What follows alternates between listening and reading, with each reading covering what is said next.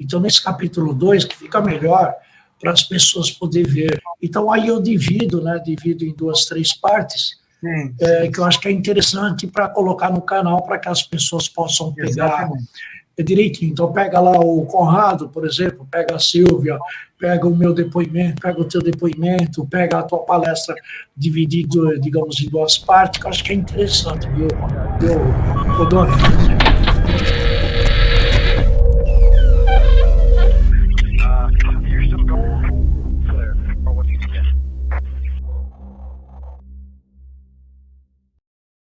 Hoje, se a gente pode entender, né, que se há 2 milhões de anos já havia espécies humanas, digamos, que já a própria arqueologia está trazendo esses dados, né, que já existia alguma coisa referente digamos, a civilização, então a gente vê que hoje o que a gente conseguiu atingir de evolução.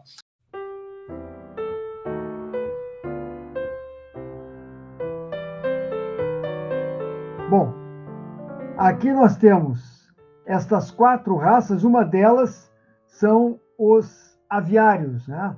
Aqui já os Blue Avians, que estão entre as principais raças que participaram dos momentos primordiais desse planeta até a geração de vida. Próximo.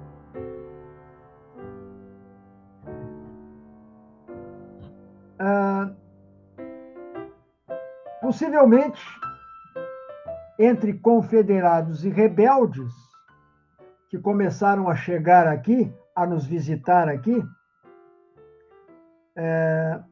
quando do surgimento do Homo sapiens, bem antes disso, mas o Homo sapiens, a partir do Homo sapiens, que era uma criação, digamos assim, mais capacitada para receber consciências mais desenvolvidas. A partir da África, há 200 a 250 mil anos atrás.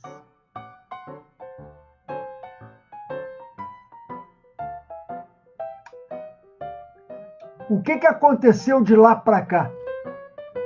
Por que se manifestaram em todo o planeta essas inteligências?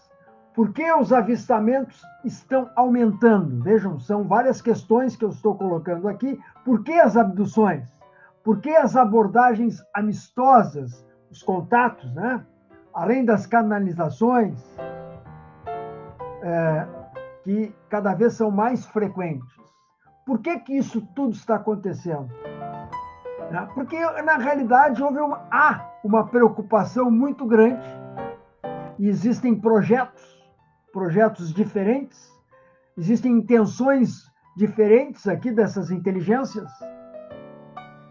E aqui não vamos falar se são boas ou ruins, mas, na realidade, algumas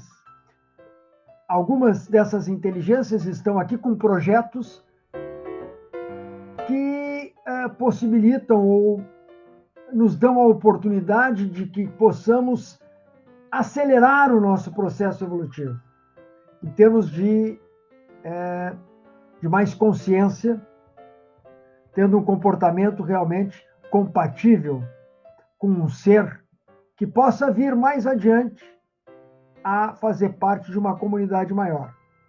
Eu apresento aqui os seres que chamamos de benévolos, os seres confederados, os seres federados, os seres que participam de uma aliança galáctica, que dão todo o amparo aos trabalhadores da luz deste planeta.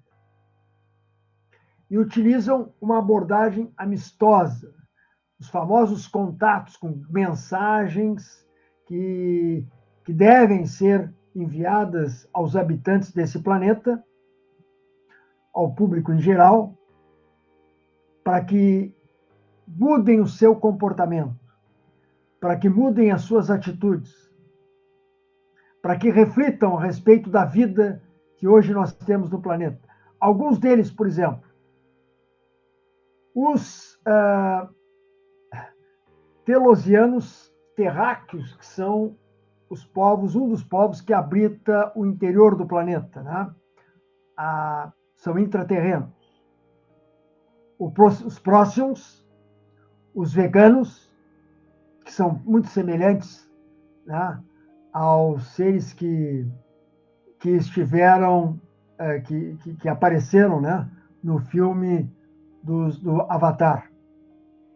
Os Sirianos A, os Alpha Centauri, são todos os seres que nos acompanham, nos monitoram, no sentido de dar as condições a não interferirem nosso processo evolutivo, mas nos procurando dar um amparo, tá? E impedindo que esse planeta seja destruído. Os Pleiadianos, tá? Andromedanos também. Aqui são os principais, tá, pessoal? Os Arcturianos e os Orioninos, tá? Aqui embaixo, Lirianos, não, Orioninos, tá? Os Orioninos são seres de Orion, cientistas do espaço. Programam um contato, preparando o campo vibracional das pessoas para um contato futuro. São ótimos para a cura, telepatia, responsáveis pela ativação dos contatos extrafísicos, pelas experiências de saída do corpo e pela ativação de implantes. Implantes físicos energéticos extrafísicos, o GNA. Possuem 6 dedos e um metro e meio de altura. Tá? Muito bem. A intenção destes seres confederados, auxiliar exatamente neste período que nós estamos passando de transição planetária, nos dando suporte, porque outros planetas e esses mesmos seres já passaram por todo esse processo. Então, cabe a eles agora, assim como outros seres também os acompanharam quando eles passaram por esse processo, agora nos acompanhar também, dando o suporte necessário à nossa humanidade. Próximo. Bom, aqui tem um ponto fundamental, que é um dos princípios cósmicos dos mais importantes. O mal é necessário para que o bem se manifeste. E aí eu devo exatamente entender a razão de ser do que nós chamamos de mal e o que nós chamamos de bem. O que nós caracterizamos como mal e como bem. Na realidade, são duas situações diametralmente opostas, né? Então, o processo contrário também se faz presente, ou seja, o bem, sempre há uma rebeldia com relação ao bem. E aí surge o mal. Há um balanceamento entre mal e bem em todo este processo evolutivo. A rebeldia é revelada em contraposição a um estado de harmonia. Ou seja, a harmonia, ela não é permanente. E quando há um estado harmônico, sempre existem mentes com o objetivo de mudar essa situação. São chamadas mentes rebeldes, são inteligências rebeldes, tá? Que não estão, muitas vezes por uma questão de domínio, de dominação. Outras porque querem intervir, né? Querem ter uma participação maior. Aqui eu coloquei, este é o mecanismo evolucionário, ou seja, nós evoluímos e para evoluir nós precisamos exatamente ter a plena consciência de que tanto o mal como o bem, nós caracterizamos dessa forma, eles são necessários para que a gente possa evoluir. Eu tenho que ter consciência do que está acontecendo no meu processo, para que eu possa realmente discernir e saber, e ter a sabedoria de percorrer o caminho que está mais de acordo com o projeto, digamos, o projeto de ascensão, o projeto que procura nos proporcionar uma ascensão. Próximo. Bem, se existe o bem e o mal, nesta nossa dimensão, principalmente, terceira dimensão, existem os seres malévolos, os rebeldes, os insurgentes, né? Os que não obedecem às leis cósmicas universais, os não confederados. Utilizam a abdução como um veículo, agora nem tanto. Vocês podem notar, isso já está sendo dito por vários pesquisadores, que o processo de abdução não está ocorrendo com a frequência que existia antes. O que ocorre mais agora são os contatos. Contatos. Então, aqui nós temos alguns representantes, né, os reptilianos draconianos.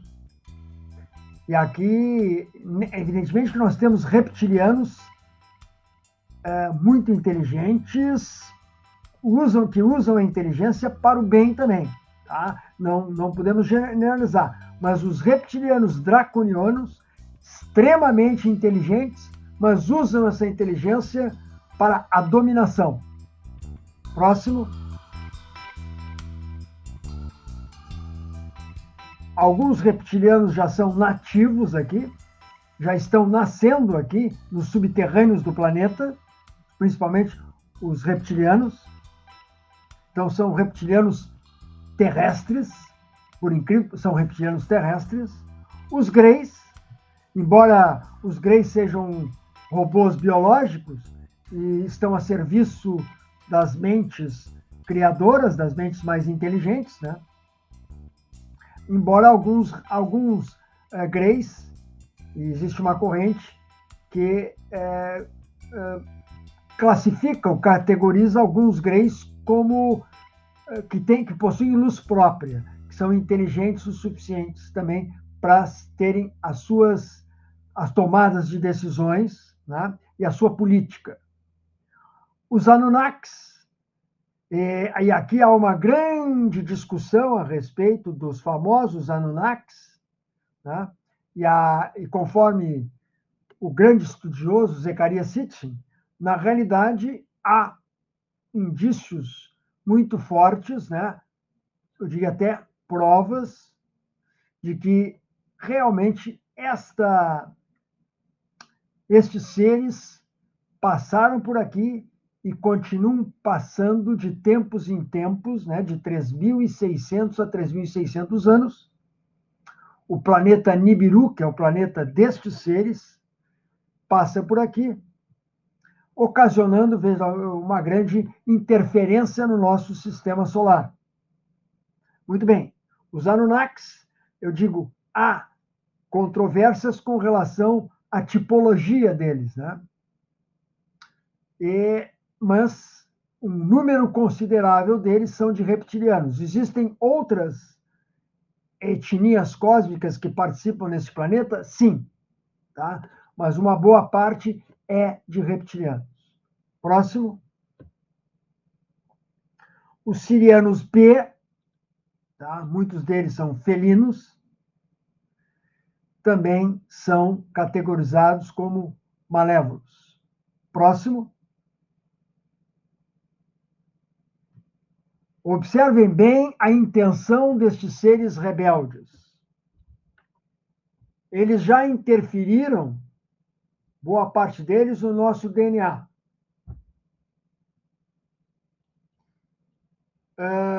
o alimento deles é a nossa energia emocional negativa. Então, aí já vocês podem ter uma ideia de que estes seres ainda estão dominando o nosso planeta, principalmente na área de comunicação e na área financeira. Eles dominam. Então, por isso que toda a programação que nos é chegada via os meios de comunicação é uma programação extremamente negativa, agressiva, que utiliza a violência como um veículo para gerar uma emoção que é exatamente, que nutre estes seres, que é o alimento desses seres. Tá?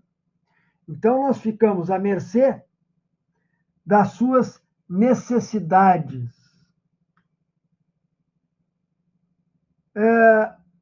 Eles esperam, portanto, beneficiar-se com a desgraça alheia.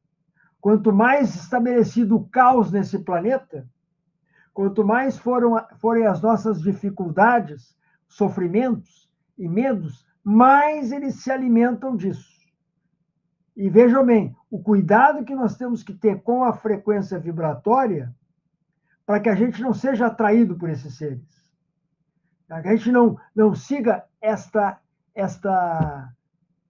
Temos a consciência de que, vibrando numa outra frequência, a gente fica completamente, ficamos protegidos. Tá? Próximo, Edneu, por favor.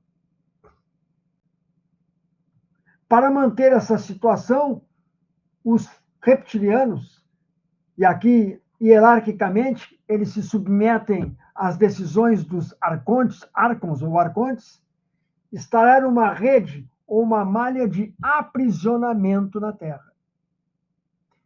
E, habilidosamente, os seres confederados estão, aos poucos, revertendo este processo. Com muita habilidade, muita habilidade. Tá? E eu diria que muitos desses seres reptilianos já estão se regenerando. Tá? Estão refletindo que a situação ela vai se reverter com certeza. Tá? E, então, quando eles tomam conhecimento de que isso é uma questão de tempo, eles acabam passando a repensar as suas atitudes e passam, digamos, a fazer parte de um outro projeto, que é o projeto de reconstrução, o projeto Terra, o projeto de reconstrução desse planeta, para que ele possa, isto já está acontecendo, ascender para a quinta dimensão. Bom, eu gostaria, antes de dar continuidade, eu gostaria de ouvir tanto a Sílvia como o Daniel a respeito dessa parte que nós colocamos, até nós passarmos para a questão planetária. Eu gostaria de ouvir primeiro a nossa dama, Gaiduana. Sílvia, pode falar. Certo. Bom, diante dessa brilhante explanação, né, explanava suas ideias e o seu estudo, e que ele falou muito dos aspectos externos planetários, né, o ambiente hostil em que o planeta se tornou, né, a hostilidade toda, independentemente da poluição, nós somos bombardeados quase que diariamente pela mídia, por fatores externos. E onde que a espiritualidade entra nesse processo todo de despertar, né? Ela entra e as pessoas estão gradualmente, eu vejo aumentando muito esse interesse em se conhecer melhor, em entender melhor o processo da espiritualidade, mesmo aquelas pessoas mais céticas. E quando eu falo em espiritualidade, eu não falo em religiosidade.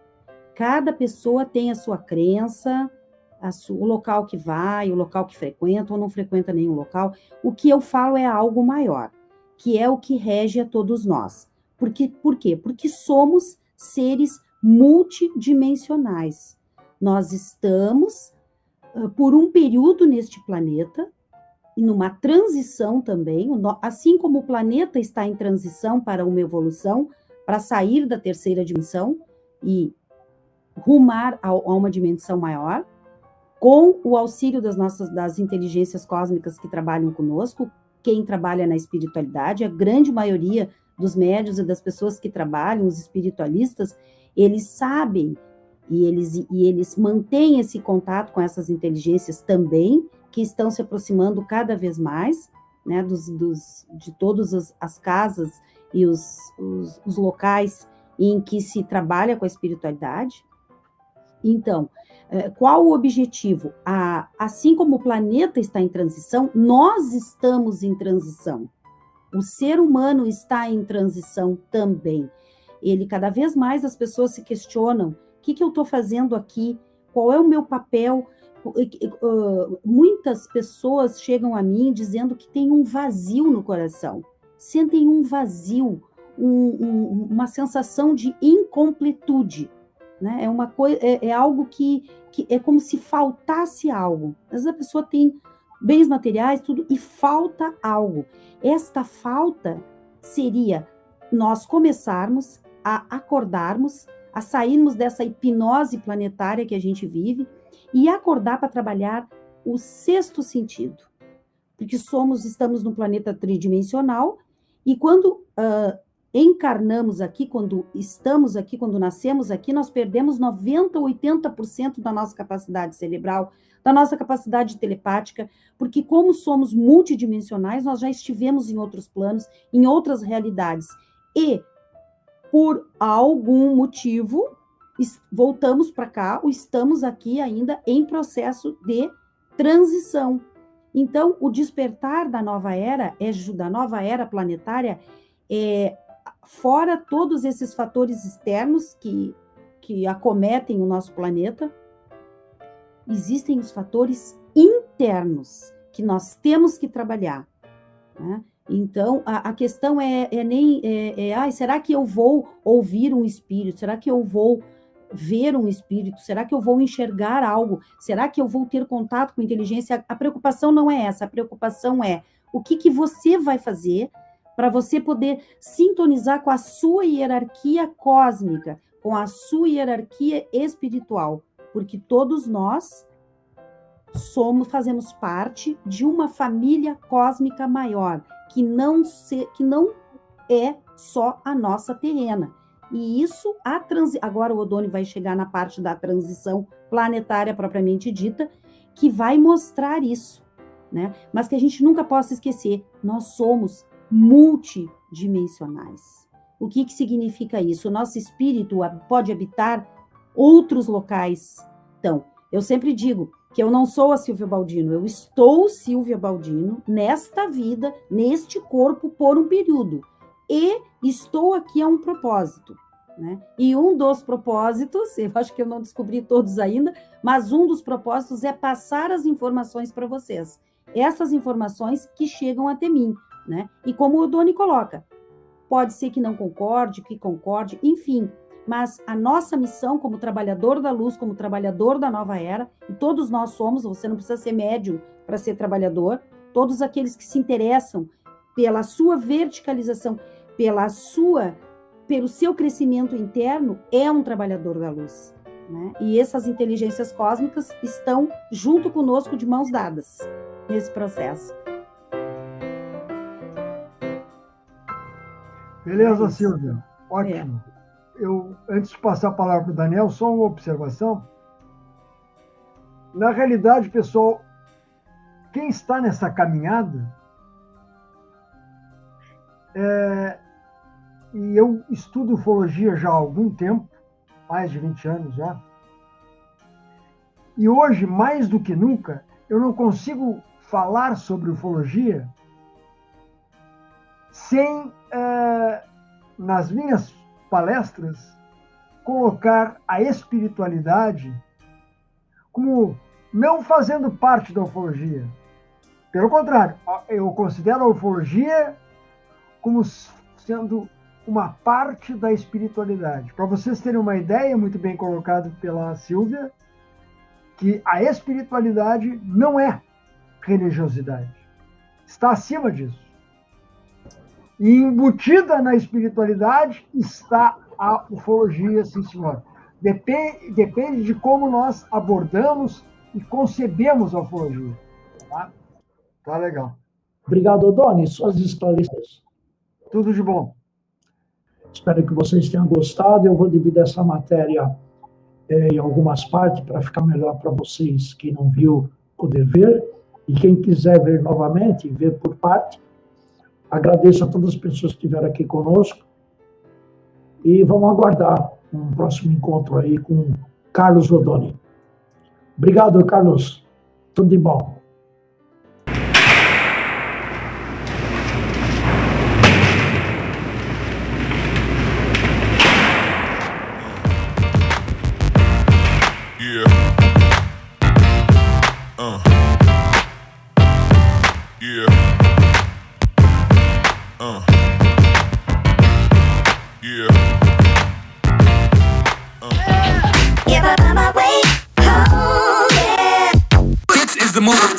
For those who